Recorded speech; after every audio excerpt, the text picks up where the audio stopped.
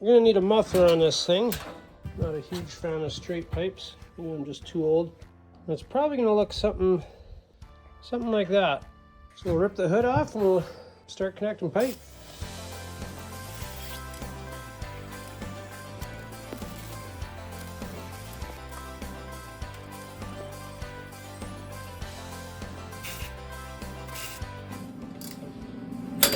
No! God, please, no! No! Shoot.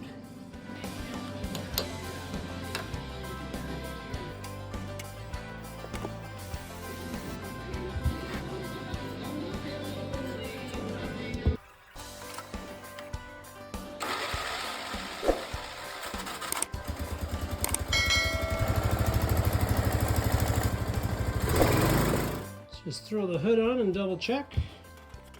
Oh, lots of clearance. Looks pretty good.